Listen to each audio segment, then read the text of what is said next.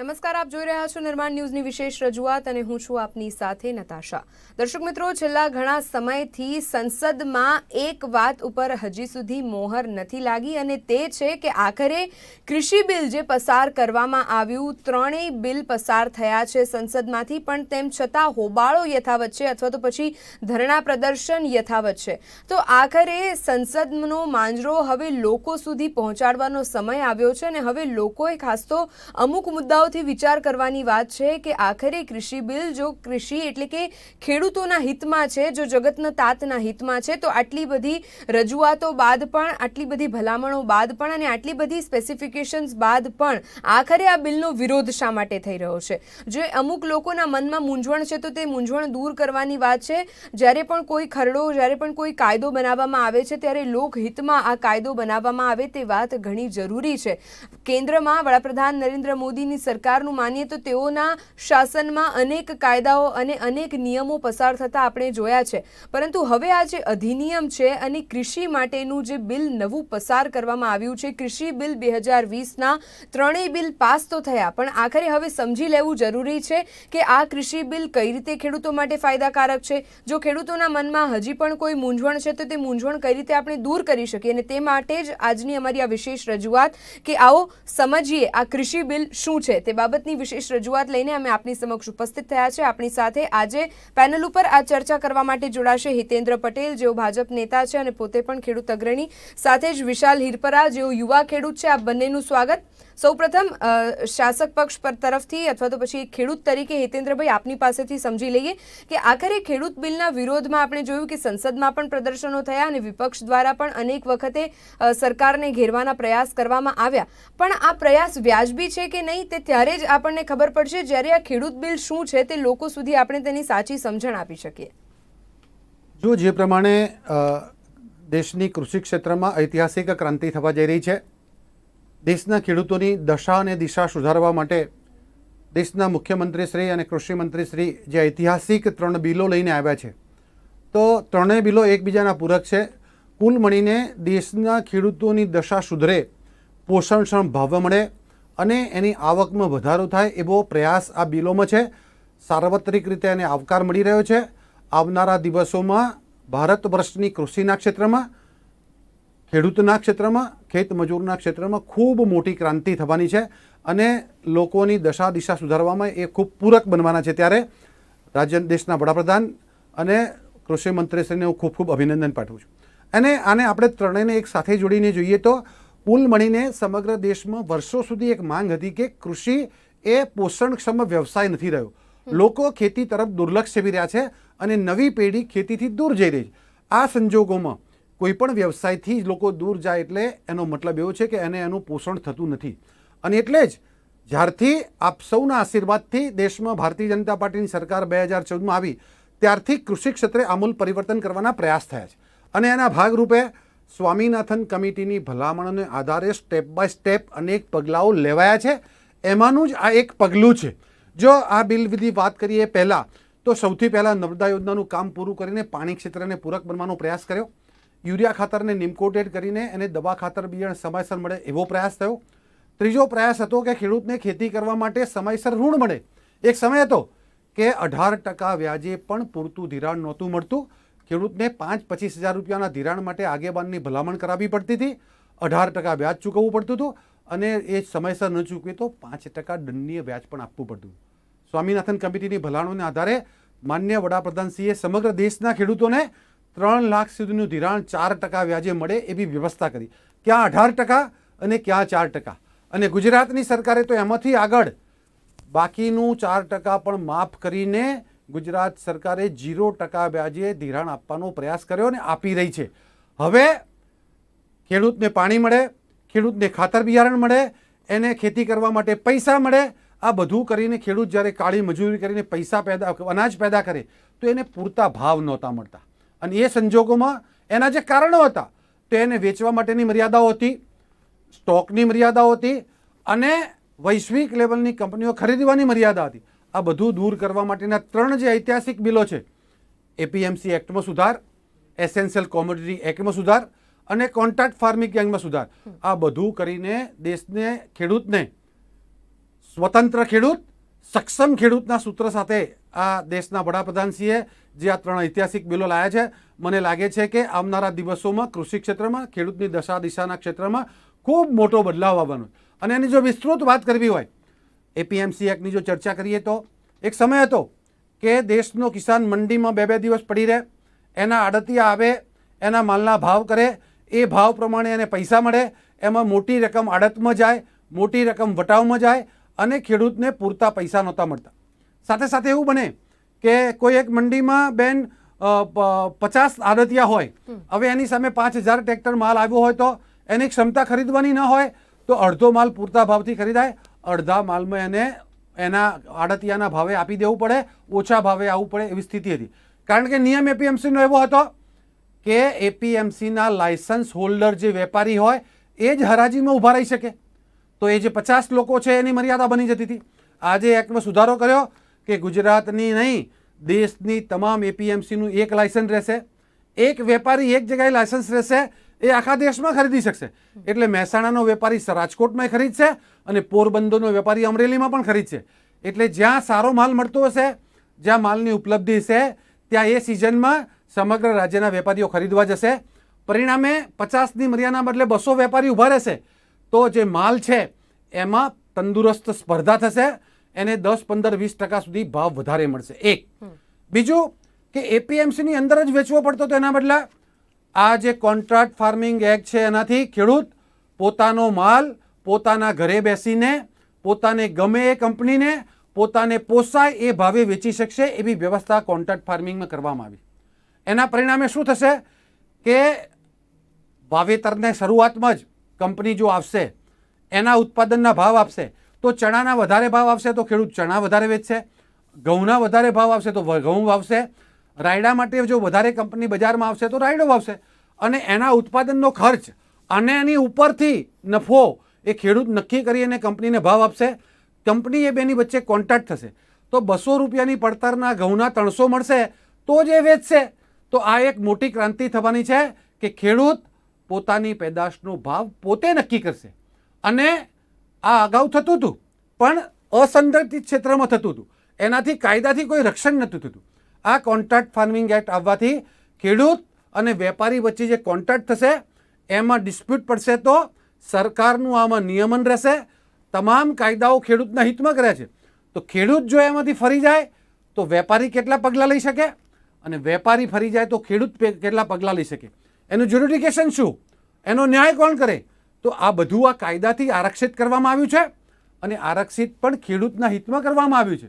હું તમને ખાલી કોન્ટ્રાક્ટ ફાર્મિંગની વાત કરું તો ખેડૂત અને વેપારી વચ્ચે એક સોદો થયો છે કે આ બટાટા 200 રૂપિયે ખરીદશું.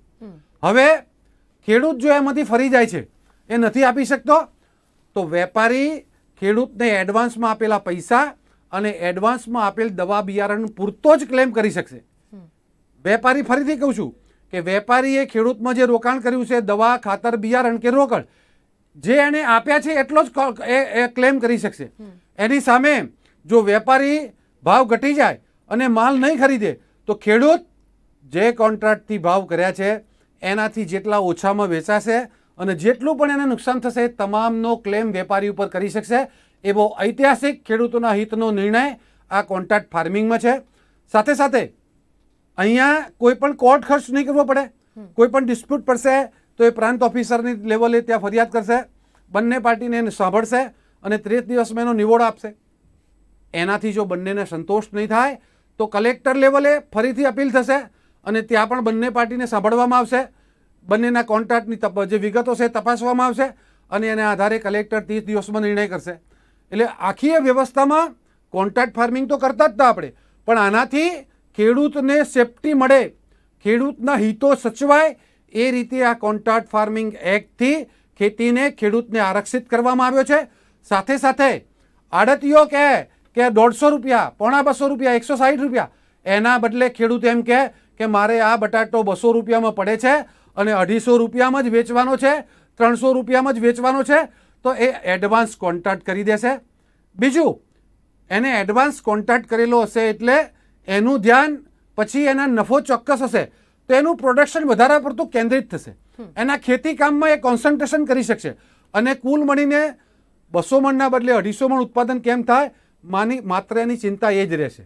રાઈટ. અત્યારે ઉત્પાદનની પણ ચિંતા છે, એને ખાતર બિયારણનું લાવવાની પણ ચિંતા છે, એને એમાં પૈસા રોકવાની, મજૂરીના પૈસા આપવાની પણ ચિંતા છે. કોન્ટ્રાક્ટ ફાર્મિંગથી સુધારેલું બિયારણ પણ એ વેપારી આપશે, એને જોતા દવા ખાતર પણ એ વેપારી આપશે, એને ગ્રેડિંગ પ્રોસેસિંગ કરવાની જે વ્યવસ્થા છે એ પણ એ વેપારી આપશે, એને સ્ટોરેજની વાહતુકની વ્યવસ્થા છે તો એ પણ એ વેપારી આપશે, અને કુલ મળીને જે નક્કી કરેલો ભાવ છે એ પણ વેપારી પૂરો પાડશે. મને લાગે છે કે ખેડૂતના મનની જે મૂંઝવણો છે, મોટા ભાગની મૂંઝવણો આમાં સોલ્વ થશે. કેટલાક ખેડૂતોના મનમાં એવું છે કે વેપારી ખેડૂતને હડપ કરી જશે, વસૂલાત કરવા માટે એની જમીનને હડપ કરી જશે. બહુ સ્પષ્ટ કહું છું કે સરકારે કાયદામાં ખેડૂતોની સુરક્ષા માટેનો પૂરતો બંદોબસ્ત કર્યો છે. આખા કોન્ટ્રાક્ટમાં ક્યાંય પણ કોઈ પણ પ્રકારનું લેપ્સ થાય તો ખેડૂતને પૂરતી છૂટ છે. એ માત્ર એને લીધેલું એડવાન્સ પાછું આપવા માટે બંધાયેલો છે, જ્યારે વેપારી નક્કી કરેલા ભાવે લેવા બંધાયેલો છે. ન લે તો જે ડિફરન્સ પડે એ આપવા માટે બંધાયેલો છે. એક. અને બીજું, આ કોન્ટ્રાક્ટ લેપ્સ થવાથી કોઈ પણ પ્રકારની વસૂલાત માટે વેપારી એની જમીન પર કોઈ પણ પ્રકારનો હક દાવો કે એમાં ટાંચ લાવી શકે એવું કોઈ પ્રોવિઝન આ ફાર્મિંગમાં, કોન્ટ્રાક્ટ ફાર્મિંગ એક્ટમાં કરવામાં આવેલું નથી. તો કુલ મળીને આખા એક્ટમાં ખેડૂતોના હિતમાં જોગવાઈ કરી છે, અને વૈશ્વિક નિકાસકારો, સ્ટોરેજવાળા કે પ્રોસેસર એ સમયસર અને પૂરતો સ્ટોક કરે એવી પણ એસેન્શિયલ કોમોડિટી એક્ટમાં સુધાર કરીને વ્યવસ્થા કરી છે. દાખલા તરીકે કોઈ કોન્ટ્રાક્ટ ફાર્મિંગ કરશે તો એને જેટલું ઉત્પાદન છે એ એને સ્ટોક પણ કરવું પડશે. પેપ્સિકોને આખું વર્ષ વેફર બનાવવા માટે, કે કોઈ દાળ મિલ, લક્ષ્મી દાળ મિલને આખું વર્ષ દાળ બનાવવા માટેનું કઠોળ, કે કોઈ તેલ મિલને આખું વર્ષ તેલ બનાવવા માટે જે મગફળી જોઈએ એ રાખવા માટે એ જો કોન્ટ્રાક્ટ ફાર્મિંગ કરશે તો એને એટલો માલ રાખવો પડશે. પણ કાયદામાં મર્યાદા હતી સ્ટોકની, તો સાથે સાથે સરકારે એમાં પણ છૂટછાટ આપી છે કે કોઈ એક નિકાસકારને જેટલા ઓર્ડર મળ્યા છે એ બધો માલ એકસાથે લઈ શકે, કોઈ પ્રોસેસરને આખું વર્ષ જેટલું તેલ બનાવવું છે એટલી મગફળી લઈ શકે, કોઈ દાળ મિલને જેટલી દાળની જરૂરિયાત છે એ બધી દાળ માટે અનાજ કઠોળ લઈ શકે. તો જ્યારે પાક પાકશે ત્યારે એને ખરીદવાની કે સ્ટોક કરવાની છૂટ હશે તો એ લોકો માર્કેટમાં આવી અને પૂરતી ખરીદી કરશે. અગાઉ જ્યારે સ્ટોક લિમિટ હતી, દાખલા તરીકે 10 ટનની લિમિટ હોય તો એ વેપારી 10 ટન જ ખરીદશે, પણ એને લિમિટ નહીં હોય અને એને 25 ટન સુધી દાળ બનાવવાની એની ક્ષમતા છે તો 25 ટન પૂરતો લેશે. તો માલ જ્યારે બજારમાં આવ્યો છે ત્યારે આ બધા વેપારી પૂરતું લેશે તો એમાં માંગ ઊભી થશે, એમાં સ્પર્ધા ઊભી થશે અને ખેડૂતને સારો ભાવ મળશે. તો ખેડૂત પોતાને ગમે ત્યાં વેચે, એ એપીએમસીમાં પણ વેચી શકશે, એપીએમસીની બહાર પણ વેચી શકશે. એપીએમસીમાં વેચે તો શેષ આપવાની રહેશે, એપીએમસીની બહાર પોતે વેચશે તો શેષ પણ નહીં આપવાની રહે અને ભાવ પોતાનો નક્કી કરેલો રહેશે. પહેલા એપીએમસીના આડતિયાએ નક્કી કર્યો તો એ ભાવ રહેતો હતો, હવે પોતે નક્કી કરશે એ ભાવ રહેશે. તો એને શેષ પણ નહીં આપવી પડે, રોકડા પૈસા મળશે. એને કોન્ટ્રાક્ટ ફાર્મિંગથી પણ એને ઇનપુટ્સ મળશે, દવા, ખાતર, બિયારણ, રોકડા પૈસા પણ સહાયમાં મળશે. કોઈ પણ પ્રકારનું રોકાણ નહીં કરવું પડે, માત્ર ઉત્પાદનમાં ધ્યાન આપવાનું રહેશે. અને એસેન્શિયલ કોમોડિટી એક્ટના સુધારાથી સ્ટોકની લિમિટ જવાથી ખેડૂતોનો માલ સિઝનમાં જે મફતના ભાવે પડાવી લેવાનો કારસો થતો હતો એ પણ નહીં થાય. એટલે કુલ મળીને આવનારા દિવસોમાં ત્રણેય એક્ટથી રાજ્યના વડાપ્રધાને દેશના ખેડૂતોના માટે વરદાન રૂપ આ ત્રણેય જે કાયદા કર્યા છે એના માટે દેશના ખેડૂતો વતીથી, ગુજરાતના ખેડૂતો વતીથી, ગુજરાત પ્રદેશ ભારતીય જનતા પાર્ટી વતીથી આદરણીય વડાપ્રધાનશ્રીનો, આદરણીય કૃષિમંત્રી શ્રી નરેન્દ્રસિંહ તોમર સાહેબનો હૃદયપૂર્વક ખૂબ ખૂબ આભાર માનું છું. બિલકુલ. અને આ ત્રણેય બિલમાં જે અલગ અલગ જોગવાઈઓ છે જેની મોટાભાગની જે સમજણ છે તે તો આપણને હિતેન્દ્રભાઈ આપી જ છે, પણ એક યુવા ખેડૂત હવે આ બિલ વિશે શું વિચારે છે અને ખેડૂતો માટે જે નીતિ સરકાર દ્વારા બનાવવામાં આવી છે, આ નીતિ અમલમાં મૂકવામાં આવે ત્યારથી જ ખેડૂતોને કઈ રીતના ફાયદાઓ થશે અને હવે ખેડૂતો પોતાનું ભવિષ્ય કઈ દિશામાં જોઈ રહ્યા છે તે બાબતે વિશાલ શું કહેશો? એક યુવા ખેડૂત તરીકે પણ આ કૃષિ બિલ જે સંસદમાંથી પસાર થયા છે, આ ત્રણેય બિલની જોગવાઈઓ હવે કાયદા બનવા તરફ આગળ વધી ગઈ છે અને આ ત્રણેય બિલમાં અલગ અલગ જોગવાઈઓ છે જેને આપ કઈ રીતે જોઈ રહ્યા છો આપના ભવિષ્ય માટે? સૌથી પહેલા તો હું નિર્મળનો આભારી છું કે મને આ ડિબેટમાં જોડ્યો. હવે વાત બિલની કરીએ તો આમ જોવા જઈએ તો ખેડૂતના હિત માટે બિલ કહી શકાય, પણ ખેડૂત એક સામાન્ય ગામડાનો ખેડૂત હોય, એને આ બધી વસ્તુ આ વાકેફ ન હોય. જેમ આપણે સરકારે જાહેર કરી કે જે કઈ ત્રણેય બિલ પાસ કર્યા એમાં ઘણી એવી અસમંજસ છે કે ખેડૂતો શું અમે હજી સમજી નથી શક્યા. આ તો માનો કે નાના ગામનો ખેડૂત તો આ વસ્તુ સમજવું અશક્ય વસ્તુ. ધારો કે એ જ બાબત છે કે આપણે એને કરાર કરવાની વાત કરી, કોઈ કંપની કરાર કરે છે.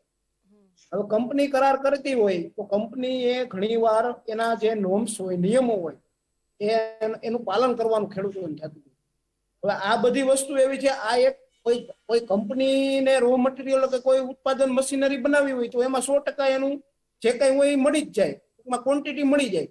પણ આમાં એવું બને ઘણી વાર કે તમે જે ક્વોલિટી ને ક્વોન્ટિટી ધારતા હોય, ખેડૂતો જયારે એગ્રીમેન્ટ કરતા હોય ત્યારે ક્વોલિટી ને ક્વોન્ટિટી નક્કી થઈ હોય કે એક આ વસ્તુ નક્કી થઈ છે.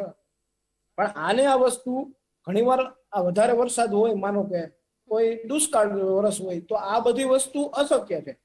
તો એવા સમયમાં ખેડૂતોએ કંપનીને ખેડૂતોને જેના કરાર હોય એમાં તો વિક્ષેપ પડી જ ગયો સીધો જ. એનું ઉત્પાદન નથી આવવાનું, અને વધારે વરસાદ હોય તો ક્વોલિટી નહીં મળે, દુષ્કાળ હશે તો ક્વોન્ટિટી નહીં મળે. એટલે આવી બધી બાબતમાં થોડુંક અસમંજસ છે. બીજા નંબરમાં કે આની કોઈ ફરિયાદ હોય, માનો કે ફરિયાદ કરવી હોય ખેડૂતોને, ઘણીવાર આ બાબતે કઈ પણ ફરિયાદ કરવી હોય તો આપણે જિલ્લા લેવલે પ્રાંત અધિકારીની નિમણૂક કરી છે. એની જગ્યાએ થોડુંક સુધારો કરી અને કોઈ તાલુકા લેવલે, ગામડીય લેવલે થાય તો બેસ્ટ છે, પણ ગ્રામ્ય લેવલે ન થઈ શકે તો કોઈ તાલુકા લેવલે, માનો કે ગુજરાતના છેવાડાના ગામનો માનવી ખેડૂત આ બધી વસ્તુથી અંજાણ હોય કે ભાઈ પ્રાંત અધિકારીની કચેરી ગોતવી, અહીંયા જઈને એને ફરિયાદ કરવી કે મારે આ મેં કરાર કર્યો તો એમાં આ વસ્તુ આ તકલીફ પડી.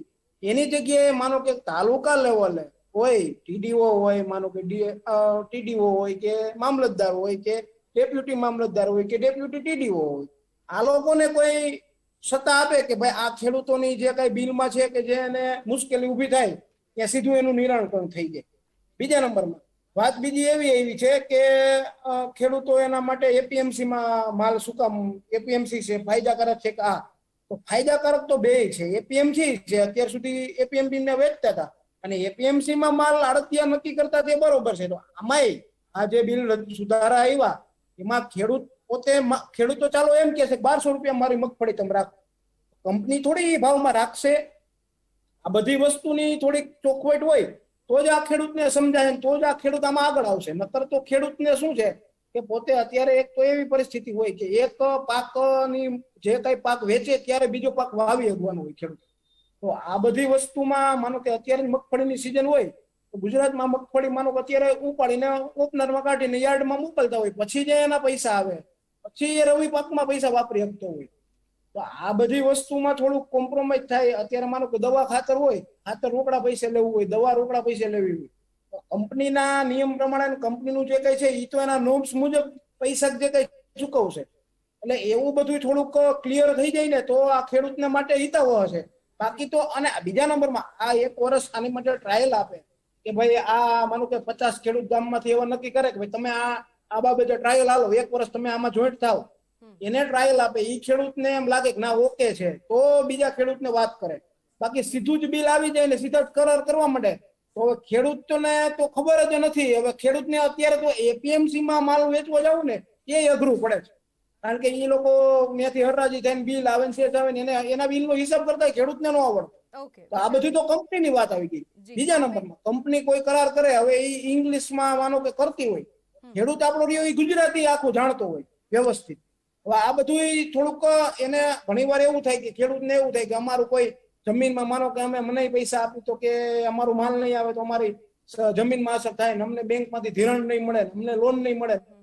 આ બધી વસ્તુ થોડીક ચોખવટ થાય તો જ આ ખેડૂત સમજી લઈએ બિલકુલ. અને વ્યાજબી મુદ્દાઓ છે અને કદાચ આ જ મુદ્દાઓ કે જે સામાન્ય ખેડૂતને નડતા હશે. હિતેન્દ્રભાઈ, આપણે આ જ મુદ્દાઓથી હવે ખેડૂતોને સમજણ પાડવાની છે અને વિશાલભાઈએ જે મુદ્દાઓ જણાવ્યા છે તે બાબતે હિતેન્દ્રભાઈ આપ શું કહેશો? વિશાલભાઈની લાગણી અને માગણી સાથે સંમત છું. કુલ મળીને આખા બિલમાં જે પ્રયાસ થયો છે એ ખૂબ કૃષિ ક્ષેત્રના અને રાજ્યના દેશના જે નિષ્ણાતો છે એ બધાની સાથે પરામર્શ કરીને પુખ્ત નિર્ણય લીધેલો છે. પણ લોકોની માગણી જે વિરોધ પક્ષો અપપ્રચાર કરી રહ્યા છે અને ખેડૂતોને ગેરમાર્ગે દોરી રહ્યા છે, ખૂબ સારી વાત કરી કે ખેડૂતને જ્યાં સુધી એની ડિટેલ સમજણ નહીં પડે ત્યાં સુધી આ પ્રકારનો રૂમરિંગ રહેવાનું છે. અને એટલે જ કેટલીક બાબતો જે અમારા ધ્યાનમાં આવી છે એ બાબતોની હું આપને સ્પષ્ટતા કરવા માંગુ છું. વિરોધ ક્યાં છે? હરિયાણા અને રાજસ્થાનમાંથી શરૂઆત થઈ છે, પંજાબ. પંજાબથી. જી. તો મને લાગે છે કે બે ત્રણ બાબતો નિર્માણ ન્યૂઝના માધ્યમથી રાજ્યના ખેડૂતોને હું જાણવા માગું છું કે આ એક્ટનો વિરોધ અત્યારે કેમ કરવામાં આવ્યો. એક્ટ તો મે મહિનામાં બની ગયો છે વિશાલભાઈ, મે મહિનામાં ઓર્ડિનન્સથી આ એક્ટ લાગુ થઈ ગયો છે. અત્યારે તો એની જે હાઉસ નહોતું મળ્યું, હાઉસમાં મળ્યું એટલે એને કાયદાનું સ્વરૂપ આપવાનું છે. તો મે મહિનામાં વિરોધ કર્યો હતો કે કેમ? એક. બીજી બાબત કે મે મહિનામાં આ દેશમાં સૌથી પહેલું ઓર્ડિનન્સ પછી એક્ટ રાજ્યમાં લાગુ કરવાનું કામ પંજાબે કર્યું હતું, જે આજે સૌથી પહેલાં વિરોધ કરે છે અને કરાવી રહ્યા છે. તો આ એક રાજનૈતિક ચાલ છે, એની આપ સૌ ખેડૂતોને ખ્યાલ આવે.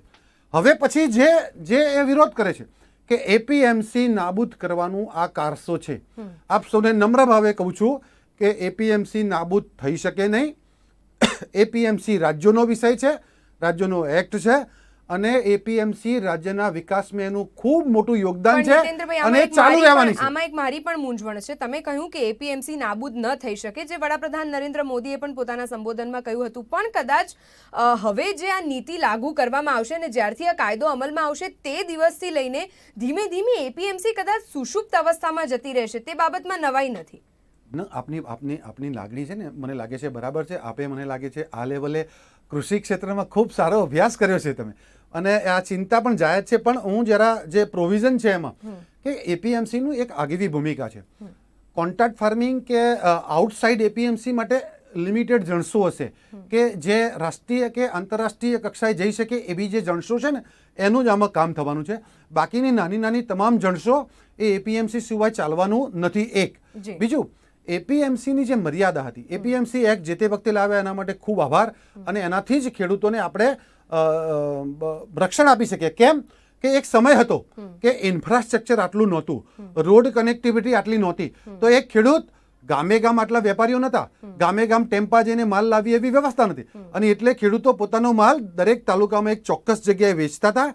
પણ એ સારું હતું, પણ એમાં કાળક્રમે રાજનૈતિક પાર્ટીઓનો જેમાં અમલ થયો, હું ભાજપ કે કોંગ્રેસની વાત નથી કરું, તમામ રાજનૈતિક પાર્ટીઓનો ઇન્વોલ્વમાં આવ્યા પછી એમાં ક્યાંક ને ક્યાંક ગોટાળા થવા માંડ્યા અને વચેટિયા વધી ગયા, અને પરિણામે ખેડૂત 200 રૂપિયામાં વેચે, વચેટીઓ પોતાના ગોડાઉનમાં રાખે અને જરૂર પડે 300 રૂપિયામાં વેચે. એ સ્થિતિ નાબૂદ કરીને ખેડૂત પોતે પણ ડાયરેક્ટ 300 વાળા વેપારીને જાતે આપી શકે તો એને પણ ડાયરેક્ટ મળે, અને એ 300 નહીં 250માં આપે તો એ ખેડૂતને 50 ફાયદો મળે, અને વાપરનારાને 250માં મળે તો એ વાપરનારાઓને પણ થોડું સસ્તું આપી શકે. તો આ બિલથી ખેડૂતને તો ફાયદો છે જ, સાથે સાથે વાપરનારાને પણ ફાયદો છે. એપીએમસી ક્યાંય પણ નાબૂદ થવાની નથી, એ બહુ સ્પષ્ટ માન્ય પ્રધાનમંત્રીશ્રીએ પણ વાત કરી છે. પણ સાથે સાથે કેટલાક એપીએમસીના નિયામકો એપીએમસીમાં માલ ના વેચ્યો હોય, પોતાના ઘરેથી પણ વેચ્યો હોય, પોતાના ખેતરથી પણ વેચ્યો હોય, તેમ છતાં ઇન્સ્પેક્ટરો મોકલી અને ઘરેથી શેષ ઉઘરાવતા હતા પોતાના જલસા કરવા માટે, એના ઉપર રોક લગાવી. બીજી બાબત હું તમને એક વાત કરું તો 28,000 જેટલા આડતિયા પંજાબમાં ખાલી છે. તો ત્યાં પંજાબમાં એક નવી પેટર્ન છે. કોંગ્રેસ પાર્ટીને મારે પૂછવું છે કે 55% ધિરાણ ખેડૂતોને આ આડતિયા આપે છે, કેમ ત્યાંની સરકાર સહકારી સંસ્થાઓ મારફતે નહીં? એટલે હું એ જ કહું છું બેન કે આ વિરોધ કોણ કરાવે છે? આ 28,000 લોકો કરાવે છે. એ 28,000 લોકોની સાથે ખેડૂતોને કેમ જોડાવવું પડે છે કે ત્યાં 50 થી 60% ધિરાણ આડતિયાના ત્યાંથી ખેડૂત એડવાન્સમાં લે છે પોતાનું ખાતર બિયારણ લેવા માટે, અને એટલે મજબૂરીમાં એમની સાથે જોડાવવું પડે છે. વાસ્તવમાં એવી સ્થિતિ નથી, વાસ્તવમાં એવું નથી. વાસ્તવમાં સમગ્ર દેશમાં ખેડૂતો આ બિલથી રાજી છે. નહીં હોય તો જ્યારે સમજણ પડશે પછી થવાના છે. અને હું ખાતરીપૂર્વક કહું છું કે આ બિયારણ આ એક્ટથી રાજ્યના દેશના ખેડૂતોના હૃદયમાં, એના પરિવારમાં ગામડે ઐતિહાસિક ક્રાંતિ થવાની છે, અને ઓછામાં ઓછું પ્રથમ તબક્કે 25 થી 30% એના ભાવમાં ફાયદો થાય એવી સ્થિતિ બનવાની છે, અને એ ભાવ સીધું એની આવકમાં વધારો કરનારા બિલ બની રહેવાના છે. એક વાત બિલકુલ આશા એવી જ રાખીએ. સર, આપણી પાસે સમય બિલકુલ ઓછો છે. આશા એવી જ રાખીએ કે આપણે જે બિલને સમજવાનો પ્રયાસ કર્યો, જેનામાં આપણે તમામ મુદ્દાઓ તો કવર ન કરી શકીએ કારણ કે સમય આપણી પાસે ઘણો ઓછો અને સીમિત રહેતો હોય છે, પણ જે જરૂરી મુદ્દાઓ હતા અને જે કૃષિને લગતા અને જે ખેડૂતોને સમજણ આપવાની જરૂર હતી, આવા જરૂર પડશે તો આપણે અન્ય વિષયો સાથે પણ મહાનુભાવો સાથે જોડાઈશું અને તેઓની પાસેથી જાણી લઈશું, સમજી લઈશું કે કે આખરે જે ખેડૂતોના હિત માટે જે નિર્ણય કરવામાં આવ્યો છે, જે કાયદો અમલમાં મૂકવામાં આવ્યો છે, તે ખેડૂત સુધી પહોંચે અને જ્યાં જરૂર ન હોય ત્યાં વિરોધ ન થાય, તેવી જ હાલ તો આપણે આશા સેવીશું. હિતેન્દ્રભાઈ, આપે ખૂબ જ સરસ માર્ગદર્શન અને જે ધ્યાન દોર્યું છે તે બદલ આપનો આભાર. વિશાલભાઈ, આપનો પણ આભાર કે આપે પણ જે વ્યાજબી મુદ્દાઓ હતા તે પ્રજા સમક્ષ મૂકવાનો પ્રયાસ કર્યો. અમારી આ વિશેષ રજૂઆત કે કૃષિ બિલને સમજવાનો આ એક એપિસોડ આપની સમક્ષ રજૂ કરવાનો અમારો એક નાનકડો પ્રયાસ. આવા પ્રયાસ અમે ભવિષ્યમાં પણ કરતા રહીશું. અલગ અલગ મુદ્દાઓ સાથે આપની સમક્ષ ઉપસ્થિત થતા જ રહીશું. આજે બસ આટલું જ. મને આપશો રજા. નમસ્કાર.